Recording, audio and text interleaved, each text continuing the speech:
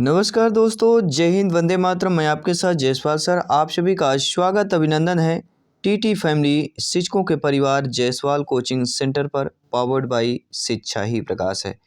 साथियों, बात करेंगे मैथ्स प्रैक्टिस सेट की। बात करेंगे कल हमने मैथ प्रैक्टिस सेट में 15 बेहतरीन प्रश्न किए थे, एक मॉक क्वेश्चन भी किए थे। उस मॉक क्वेश्चन का आंसर करेंगे आज।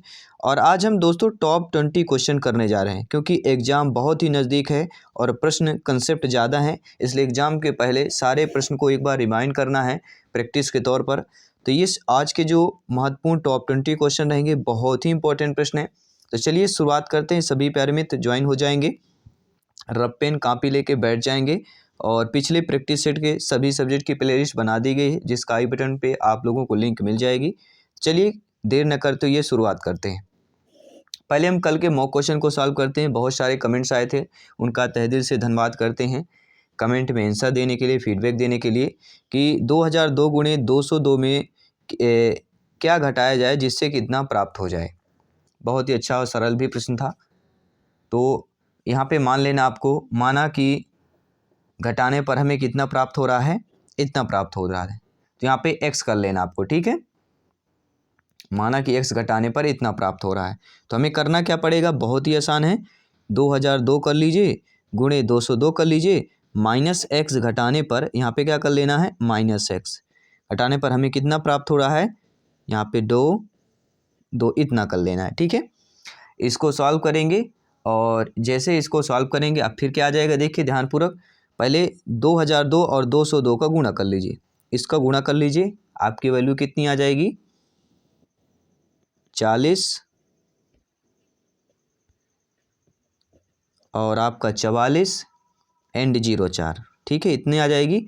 और माइनस में x आपका था ही, बराबर में आपको इसको कर लेना है 2, 1 2 3 4 एंड 2, ठीक है। अब पक्षांतरण करके x को इधर लाइए और 2000 को इधर कर लीजिए, 20,000 जो 02 लिखा हुआ है, इकाई, दहाई, सैकड़ा, हज़ार, 10,000, लाख, 2 लाख है, ठीक है। 20,000 नहीं है, 2 लाख 2 है, ठीक है। 4 लाख 4,404 आपका ये है कि 40 लाख है, सभी बताइए। 4 लाख 4,404 है, ठीक है। इसमें माइनस कर लीजिए तो x की वैल्यू आपकी कितनी आ जाएगी, बहुत ही आसान प्रश्न है। तो x बराबर हमें क्या लिखना पड़ेगा, सभी जानते हैं, 40 एंड 4404 माइनस 2 1 2 3 4 एंड 2। इसको जब माइनस कर लेंगे आपकी वैल्यू कितनी आ जाएगी, 204402, अर्थात जो पहला ऑप्शन हमारा सही हो जाएगा। चलिए अब बात करेंगे दूसरे प्रश्न की, जो स्क्रीन पर है। 15 इकाइयाँ धन 20 दहाइयाँ धन 12 सैकड़े बराबर होंगे। इस टाइप का एक प्रश्न जरूर आएगा। तो 15 इकाइयाँ मतलब 15 हो जाएगा, 20 दहाइयाँ मतलब 20 गुणे 10 करेंगे तो 200 हो जाएगा, 12 सैकड़े, 12 में सैकड़ा का गुणा करेंगे तो 1200 हो जाएगा। और इनको प्लस कर लेना कि किसके बराबर होंगे, 5 1 4 एंड 4, तो 1415 के बराबर होंगे, अर्थात 1415 पहला ऑप्शन सही हो जाएगा।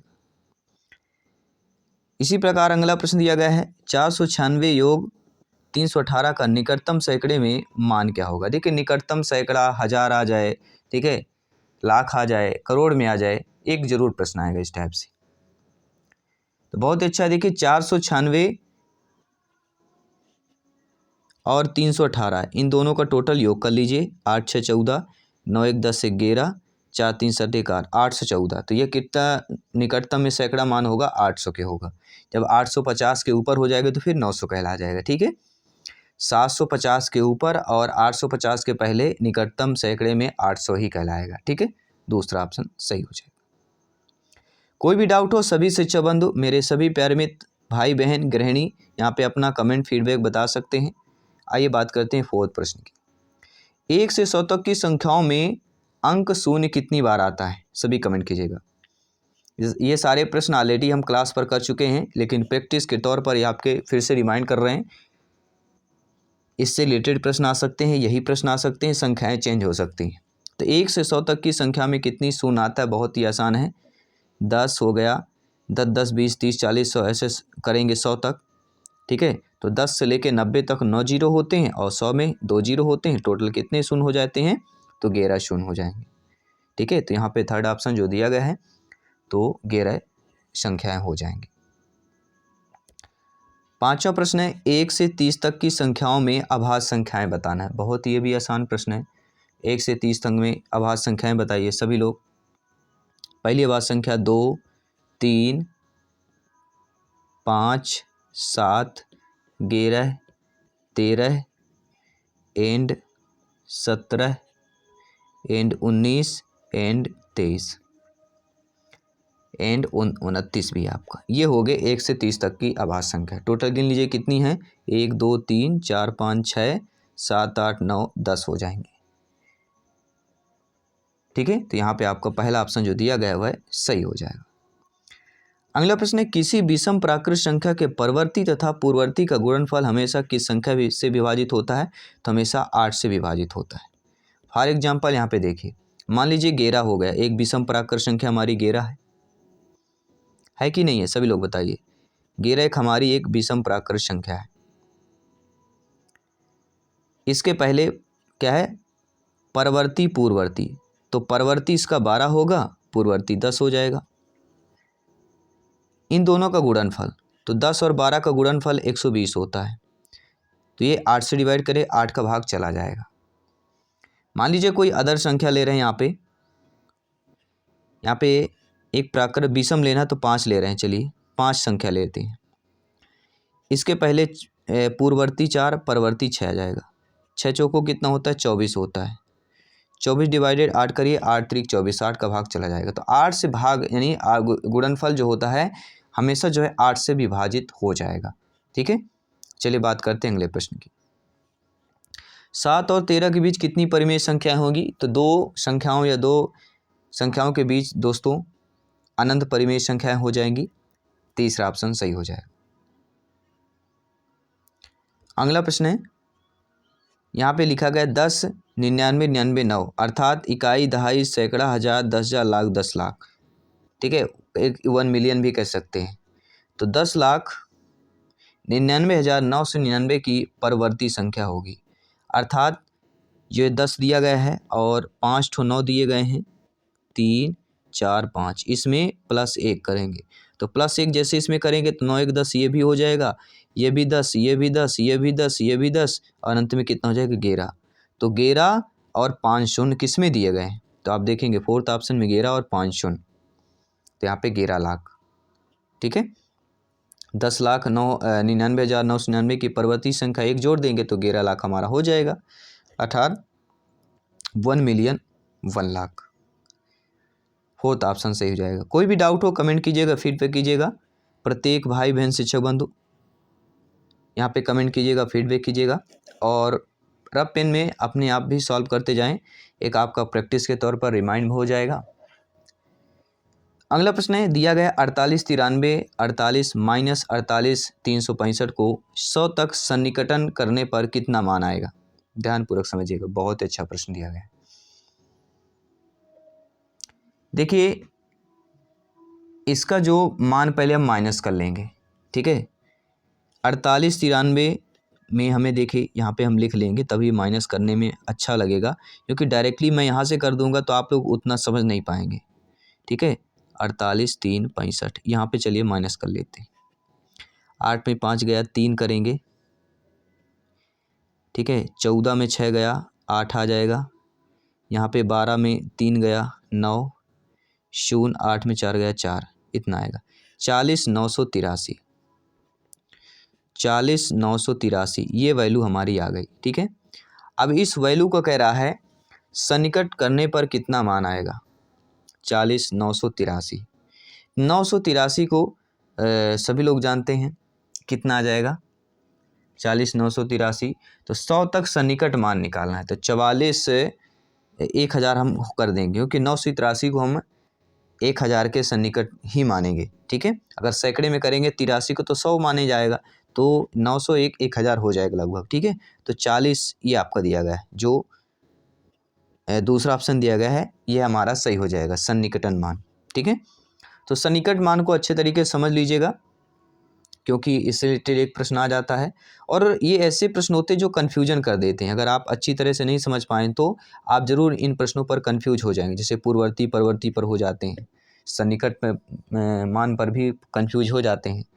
प्रश्न आसान होते हैं लेकिन फिर भी कन्फ्यूज हो जाते हैं। अगला प्रश्न है, एक चुनाव में सफल प्रत्याशी ने 57,500 मत प्राप्त किए, जबकि उसके निकटतम प्रतिद्वंदी ने 44,87,00 मत प्राप्त किए। बताइए सफल प्रत्याशी चुनाव में कितने मतों से जीता। तो मतलब जोड़ घटाना में आना चाहिए। तो पहले इसको लिख लेते हैं, 5 7 7 5 एंड 0 माइनस यहाँ पे कितना करना है, 34 8 7 0 0, इसको माइनस कर लीजिए। तो 0 0 आएगा, 15 में 7 गए कितना आ जाएगा, सभी लोग बताइए, 8 आ जाएगा। और ये 16 बचा, 16 में 8 गए 8 आएगा। ये भी 16 में, ये भी 16 क्यों, ये आपका बचेगा 6, 6 में 4 गया 2, 5 में 3 गया 2, तो 2288 आ रहा है, 2288 00। तो 2288 00 देखिएगा थर्ड ऑप्शन में आपका दिया हुआ है। तो क्या यहाँ पे आप लोगों का थर्ड ऑप्शन सही हो जाएगा, सभी लोग बताइए। चलिए बहुत अच्छा, बहुत बहुत धन्यवाद। अब बात करते हैं अगले प्रश्न की। एक गांव की कुल जनसंख्या 78,692 है। इनमें से 29,642 पुरुष हैं, 28,167 महिलाएं हैं तथा शेष बच्चे हैं। तो बच्चों की संख्या बताइए। तो बस कुछ नहीं करना है, आपको पुरुष और महिलाओं को पहले ऐड कर लीजिए। अर्थात इनमें जो पुरुष हैं 29,642 पुरुष हैं और आपके 28,167 महिलाएं हैं। इनको प्लस कर लीजिए, 7 2 9, 6 4 10, 6 1 7 1 8, 8 9 17, 2 2 4 1 5, 57,809 टोटल पुरुष और महिलाएं हो गई। तो 78,692 में 57 जो है, कितने पुरुष और महिलाएं हमारे थी, सभी बताइए, 57,809। ठीक है, टोटल संख्या में पुरुष महिला घटा देंगे तो बच्चों की संख्या निकल आएगी। 12 में 9 गया, कितना आ गया 3, यहाँ पे 8, 16 में 8 गया 8 0 2, 20,883, 20,883 जो है बच्चों की संख्या हो जाएगी। तो पहला ऑप्शन सही हो जाएगा। देखिए बहुत ही सिंपल सी बात है। देखिए टोटल जनसंख्या है और महिला पुरुष का दिया गया, तो महिला पुरुष को जोड़ लेंगे, टोटल में घटा देंगे तो बच्चे ही बचेंगे फिर, तो बच्चों की संख्या ऑलरेडी हमारी निकल आएगी। अगला प्रश्न है, 64 59 21 में 5 के स्थानीय मान तथा अंकित मान में क्या अंतर होगा। एक प्रश्न जरूर आएगा स्थानीय मान अंकित मान से। तो यहाँ पर देखिए आपकी संख्या क्या लिखी गई है, 64 5 9 2 1, 5 का स्थानीय मान। यहाँ पे 5 कितने हैं, 3 अंक है, 3 शून्य कर लेंगे। और अंकित मान जाति मान सेम ही होता है। अंतर पूछा जाए तो 5,000 में 5 जब हम घटा देंगे, सभी पता है 4,995 बचेगा। बी ऑप्शन सही हो जाएगा। समझ में आ रहा हो तो नीचे अब कमेंट बॉक्स में बताइएगा। कोई भी डाउट हो कमेंट करें, क्योंकि आपका फीडबैक सर्वोपरि है, सम्मान है प्रत्येक भाई बहन शिक्षक बंधु का। और मैथ्स की 25+ का स्कोर प्राप्त करना आप सभी को, ठीक है, 25+ का यहाँ पे स्कोर प्राप्त करना है। आने वाले प्रैक्टिस सेट जो है बहुत इंपॉर्टेंट होने वाले हैं, तो पूरा रिवीजन करेंगे एग्जाम के पहले। चलिए एक प्रश्न और देख लेते हैं। 50 15 01 501 को 11 से भाग करने पर शेष फल प्राप्त होगा। तो भाग तो सभी से आना चाहिए, मुझे लगता आता ही होगा। ठीक है, 4 बार जाएगा, 11 चौक 44, 50 में 44 करेंगे 6 आएगा, 61 बचा, 11 पचे 55 जाएगा, 11 में 5 गए, कितना आ गया सभी बताइए, 6 आएगा। इसके बाद 5 हम उतारेंगे तो 11 6 का 66 नहीं जाएगा, फिर 5 ही बार जाएगा, तो 65 में 55 करेंगे तो 10 ही आएगा। 5 के बाद फिर हम 0 उतारेंगे, 100 हो जाएगा, 9 बार जाएगा, 11 नहीं या 99, 1 आएगा। इसके बाद 1 उतारेंगे, 11 कम 11, तो पूरा हो जाएगा। इसके बाद 1 के बाद 5 बच रहा है आपका, 5 उतारेंगे, भाग नहीं जाएगा, 0 कर देंगे, फिर 0 उतारेंगे तो 11 चौक 44 4 बार जाएगा, इसमें 6 बचेगा, फिर अंत में 1 बच रहा है, उसको 1 उतार देंगे, 11 पचे 55 कर दें। और 61 में 55 को जब माइनस करते हैं तो हमारी वैल्यू कितनी बनती है, 61 में 55 को माइनस करने पर 6, तो शेष फल हमारा कितना बच रहा है, 6 बच रहा है। तीसरा ऑप्शन सही हो जाएगा। 50 को आधे से विभाजित करो और 20 जोड़ो, इसमें से 35 घटाओ, तुम्हें प्राप्त होगा। बहुत ही आसान प्रश्न है। 50 को आधे से विभाजित करना, 50/2 करेंगे, वैल्यू हमारी 25 आएगी। इसमें 20 जोड़ देना है, तो टोटल वैल्यू हमारी कितनी हो गई? 45। अब इसमें क्या करना है? 35 घटा देना है, तो 45 में 35 घटाएंगे तो हमारा मान 10 प्राप्त हो जाएगा। ठीक है, पहला ऑप्शन हमारा सही जाएगा। कोई भी डाउट हो कमेंट अवश्य कीजिएगा। एक बार और रिपीट कर देते हैं, 50 को आधे से विभाजित करो तो 25 आ गया, 20 जोड़ देंगे 45 हो जाएगा, इसमें 35 घटा देंगे तो हमें क्या प्राप्त हो जाएगा? 10 प्राप्त हो जाएगा। हो रहा है कि नहीं हो रहा? आप भी यहाँ पे कीजिए, आपके में भी सलूशन यही निकल रहा है कि नहीं निकल रहा है, आप लोग भी ये कर सकते हैं। ठीक है, आधे से विभाजित करना है। देखिए इसमें अब ये भी इस टाइप का भी प्रश्न दे दिया जा सकता है कि 50 को 2 से गुणा कीजिए। 50 को 2 से गुणा कर देंगे तो 100 आएगा, 100 में 20 जोड़ देंगे तो 120 हो जाएगा, और इसमें 35 घटा देंगे तो आपका 50 ही आ जाएगा। ठीक है, तो अगर यहाँ पे गुणे के रूप में करता है कि 50 को 2 से गुणा करो, इसके बाद 20 जोड़ो तो फिर आपका 50 ही आएगा। लेकिन इस प्रकार से प्रश्न है कि 50 को आधे से विभाजित करो तो फिर आपका 10 आ जाएगा। ठीक है, आई थिंक आप लोग अच्छे तरीके से समझ गए होंगे। अब बात करेंगे अगले प्रश्न की। यदि यहाँ पे दिया गया है 111 111 एन 111 को 111 से भाग दिया जाए तो भागफल प्राप्त होगा। देखिए बहुत ही आसान है, 111 से भाग देना है, तो पहले हमारे 3 भाग देंगे तो शून्य हो जाएंगे। ठीक है, एक बार जाएगा, एक उतारेंगे, भाग न पूछे लब्धे शून्य, फिर एक उतारेंगे, शून्य आएगा, फिर 111 आएगा। ठीक है, तो 111 जैसे यहाँ करेंगे तो फिर वही शून्य हो जाएगा। ठीक है, फिर हम एक उतारेंगे, 111 करेंगे, एक बार जाएगा, फिर इसके बाद शून्य करेंगे, फिर एक, फिर शून्य करेंगे, फिर एक, तो फिर एक बार जाएगा। तो यहाँ पे देखिए हमारा भागफल कितना प्राप्त हो रहा है। देखिए यहाँ पे भागफल हमारा 100 एंड 1 प्राप्त हो रहा है, यानी 100 1 प्राप्त हो रहा है। तो 100 1 देखेंगे तीसरे ऑप्शन पर, तो ये हमारा भागफल हो जाएगा। आइए बात करते हैं अगले प्रश्न की। 231 और 596 को किस एक संख्या से गुणा करें कि दोनों गुणनफल बराबर हो जाए? ध्यानपूर्वक समझिए। देखिए 231 और 596 को किस एक संख्या से गुणा करें? बहुत ही आसान प्रश्न है। देखिए यहाँ पे आपको करना क्या है, किन्हीं भी दो अलग अलग मान वाली संख्याओं को जीरो से गुणा करके देखिए। मान लीजिए 231 को शून्य से गुणा करेंगे तो हमारा जो मान प्राप्त होगा शून्य होगा, और 596 को अगर हम शून्य से गुणा कर रहे हैं तो शून्य ही प्राप्त होगा। ऐसा ही शून्य है जिसको गुणा करने पर गुणनफल हमारा बराबर हो जाएगा दोनों संख्या में, क्योंकि एक से करेंगे तो अलग अलग सेम संख्या है तभी आएगा, एक से शून्य से करेंगे तो शून्य ही हमारा प्राप्त होगा गुणनफल। ठीक है, तो 231 और 596 को शून्य से गुणा करेंगे तो गुणनफल हमारा शून्य बराबर प्राप्त होगा दोनों का, इसलिए फोर्थ ऑप्शन सही हो जाएगा। कुछ लॉजिकल भी प्रश्न होते हैं, आपके माइंड को टेस्ट करते हैं कि आपका माइंड कितना जल्दी कहाँ तक सोच सकता है। अगला प्रश्न है 0.0159 में एक का स्थानीय मान बताना है।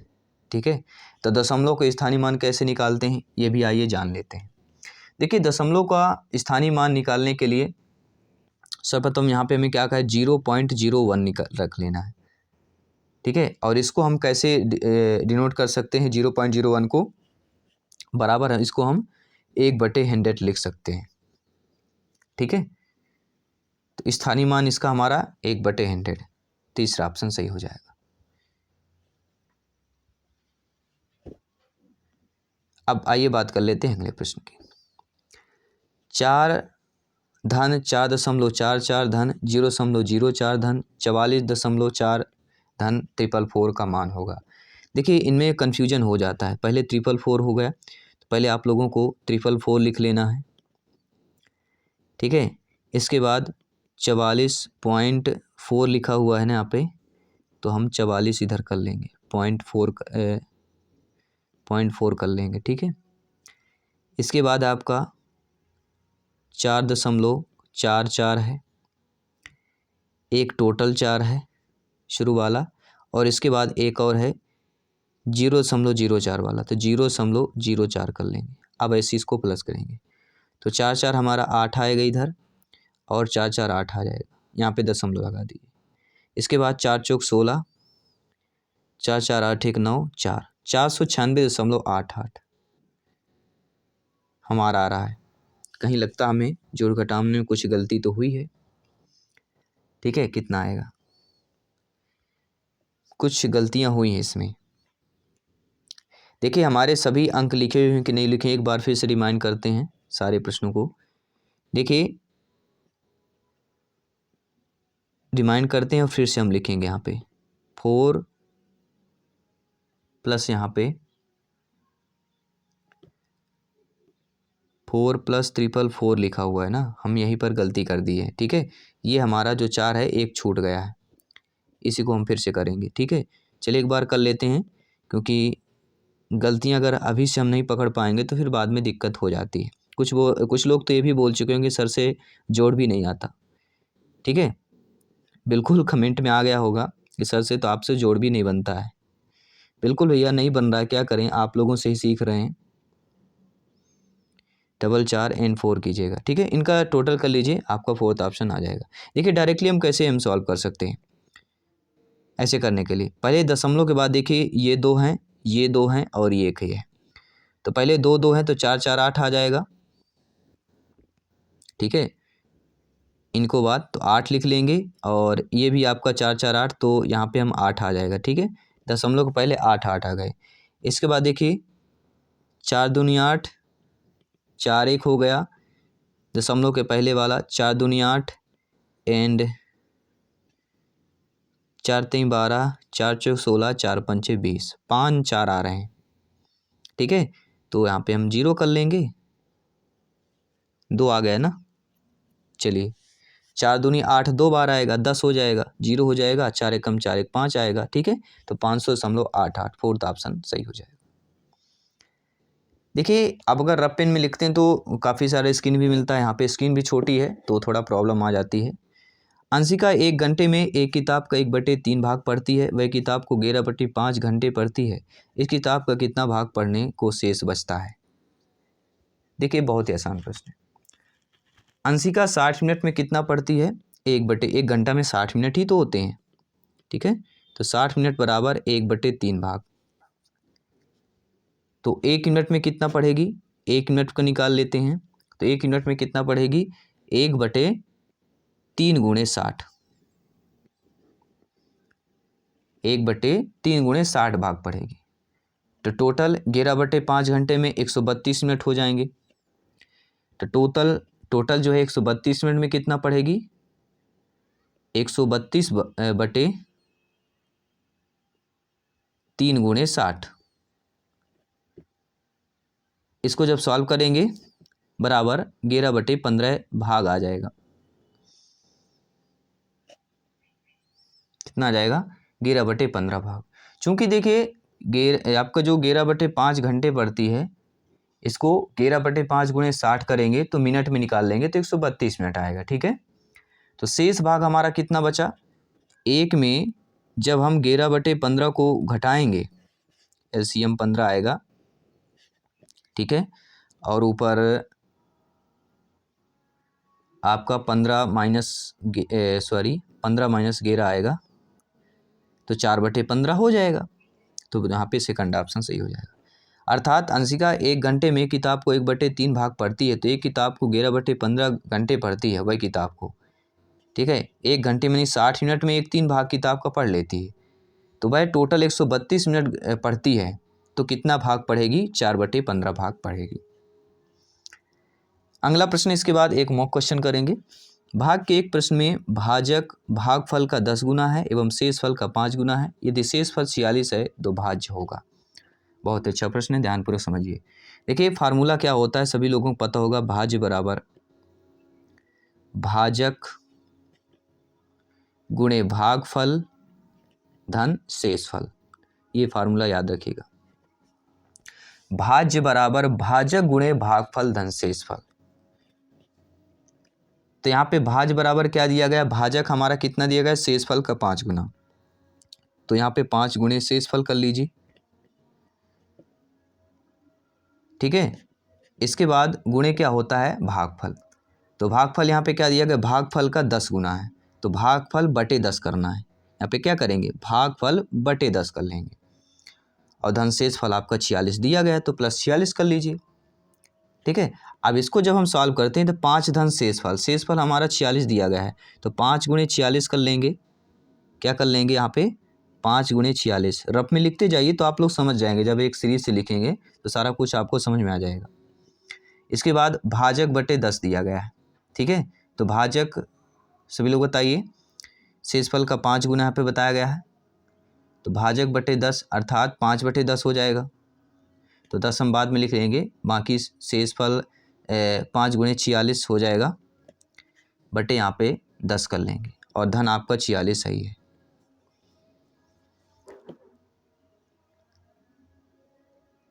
ठीक है। जब अब इसको सॉल्व कर लेंगे आप लोग, बहुत ही आसान अब बन गया है आपका 23 × 5 × 46 प्लस 46 कर लीजिए, यानी कि कितना आ गया, जब 23 गुणे 5 गुणे 46 करते हैं तो 5290 आता है। 5290 में 46 प्लस कर लीजिए। हो सकता है गुणा भाग में गलतियां हो जाएं तो आप लोग सुधार कर लीजिएगा रफ पेन में। टोटल वैल्यू हमारी 5336 आ रही है। देखिए किस ऑप्शन में दिया गया है, 5336 फोर्थ ऑप्शन दिया गया है, तो यहाँ पे फोर्थ ऑप्शन सही हो जाएगा। चलिए आपके लिए एक मॉक क्वेश्चन है। मॉक क्वेश्चन क्या है, 1 सही 1/2 में कितने आधे हैं। सभी लोग यहाँ पे ध्यान दीजिए, 1 सही 1/2 में कितने आधे हैं आपको बताना है। प्रश्न क्या है आपके लिए होमवर्क में है, 1 सही 1/2 में कितने आधे हैं। सभी लोग बताइए, ये क्या लिखा हुआ है, 1 सही 1/2 लिखा हुआ है। इसमें सभी लोग कमेंट कीजिएगा कितने आधे हैं। ये आपका मॉक क्वेश्चन और सामने आपके ऑप्शंस भी दिए गए हैं। तो चलिए बताइएगा प्रैक्टिस सेट आपको कैसा लगा। सारे प्रैक्टिस कर रहे हैं एग्जाम के पहले, पूरा फिर से प्रिपेयर कर रहे हैं। बाकी क्लास में भी हम क्वेश्चन कर चुके हैं ऑलरेडी, तो प्रिपेयर करने के लिए आपकी दोबारा तैयारी चल रही है, रिमाइंड करने के लिए एग्जाम के पहले फिर से पूरी तैयारी हो रही है। नीचे कमेंट बॉक्स में अवश्य बताइए और जल्दी मिलते हैं आपके नेक्स्ट क्लास पर। सभी मित्रों को जय हिंद, वंदे मातरम, धन्यवाद सभी।